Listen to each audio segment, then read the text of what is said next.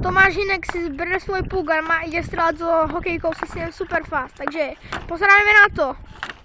Rozhodol sa pre švih, ktorý mu moc nesadol, ale bola to ozaj pekná strela. Bere si ďalší puk. Miešanie fakt dobré. Dobrá strela, na to by brankár určite nemal nárok. Rozhodol sa pre strelu príklepom a tam sadá, je tam krásny vinkel vyvesený. Strela tiež dobrá príklepom. Bere si ďalší puk, mieša.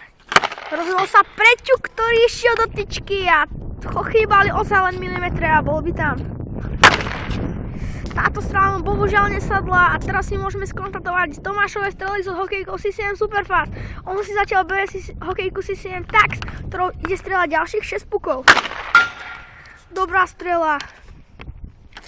Trošku pomiešame. Strela do horného vinkla, ktorý nemal nikto nárok.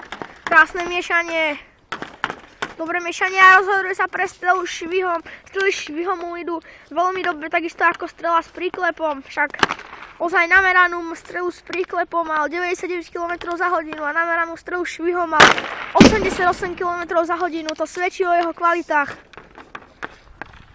Strela príklepom, ktorá mu sadá. A my tu máme koniec tohto videa.